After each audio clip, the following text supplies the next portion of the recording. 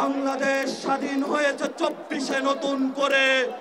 আমরা আর কোন নতজানু পররাষ্ট্রনীতি বাংলাদেশের পক্ষ থেকে দেখতে চাই না।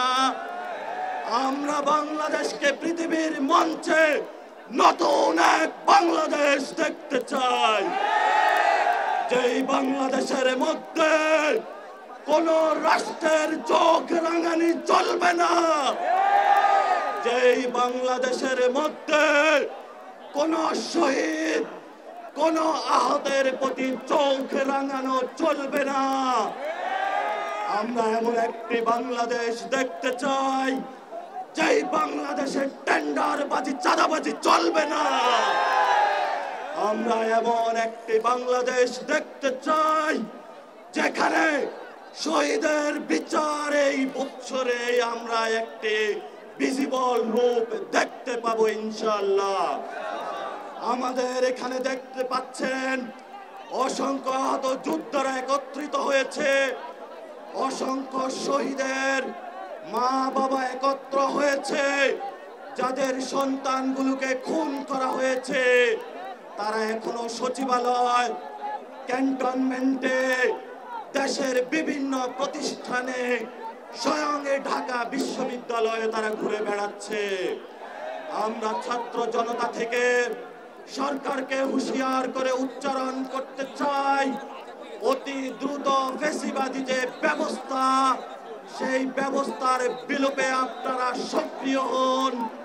যদি আপনারা সক্রিয় না হতে পারেন তাহলে 24-এর বাঘের বাচ্চারা নিজেদের হাতে আইন তুলে নেবে ইনশাআল্লাহ।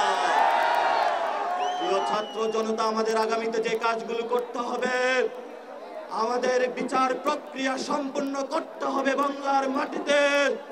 খুনি হাসিনাকে বাংলার মাটিতে এনে বিচারিক প্রক্রিয়ার মধ্য দিয়ে বাংলাদেশে আওয়ামী লীগকে একটি বিচারের প্রক্রিয়ার মধ্য দিয়ে তাদেরকে খুনের দায়ে জনগণের সামনে উপস্থাপন করে নিষিদ্ধের প্রক্রিয়ায় আমাদেরকে যেতে হবে ইনশাআল্লাহ। আপনারা সেই যুদ্ধে প্রস্তুত থাকবেন কিনা? আজকের শহীদ মিনারে সবাই হাত তুলে আপনারা শপথ করে যান, এই শহীদ মিনার দেখে যাও, এই বাঘের বাচ্চারা বাংলাদেশে কোন খুনি হাসিনার বিচার করা পর্যন্ত মাঠ ছাড়বে না। এই বাঘের বাচ্চারা বাংলাদেশে যতদিন থাকবে ততদিন পর্যন্ত আওয়ামী লীগের কোন পুনর্বাসন হতে দিবে না।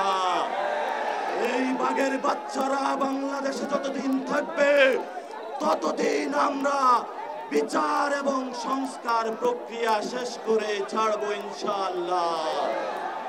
আপনাদের জয় হবে। লড়াই শুরু হয়েছে, লড়াই চলবে। যারা বিভিন্ন দেশের আনাচে কানাচে থেকে আজকে উপস্থিত হয়েছেন আপনাদেরকে আমরা অভিনন্দন জানাচ্ছি। আমাদের সহযোদ্ধাদের উপরে গোপালগঞ্জে হামলা হয়েছে, তারা হসপিটালে গিয়ে চিকিৎসা নিয়ে আবার এই সমাবেশ স্থলে উপস্থিত হয়েছে। আমরা তাদেরকে অভিবাদন এবং সংগ্রামে শুভেচ্ছা জানাই। আপনারা আমাদেরকে গতকালকে রাতের আহ্বানে ঢাকায় এসে উপস্থিত হয়েছেন। জাতীয় নাগরিক কমিটির সদস্যবৃন্দ যারা রয়েছেন, আপনারা একটি ঐতিহাসিক লড়াইয়ের মধ্য দিয়ে যাচ্ছেন। আপনাদেরকে ইনশাআল্লাহ এই বৈষম্য বিরোধী যারা ছাত্ররা নেতৃত্ব দিচ্ছে, আগামীর দেশ গঠনে আমরা বৈষম্য বিরোধী ছাত্রদের নেতৃত্বে কাজ করব ইনশাআল্লাহ। বাংলাদেশ জয় হোক। ইনকিলাব জিন্দাবাদ, মুজিববাদ মুর্দাবাদ। আসসালামু আলাইকুম ওয়া রাহমাতুল্লাহ।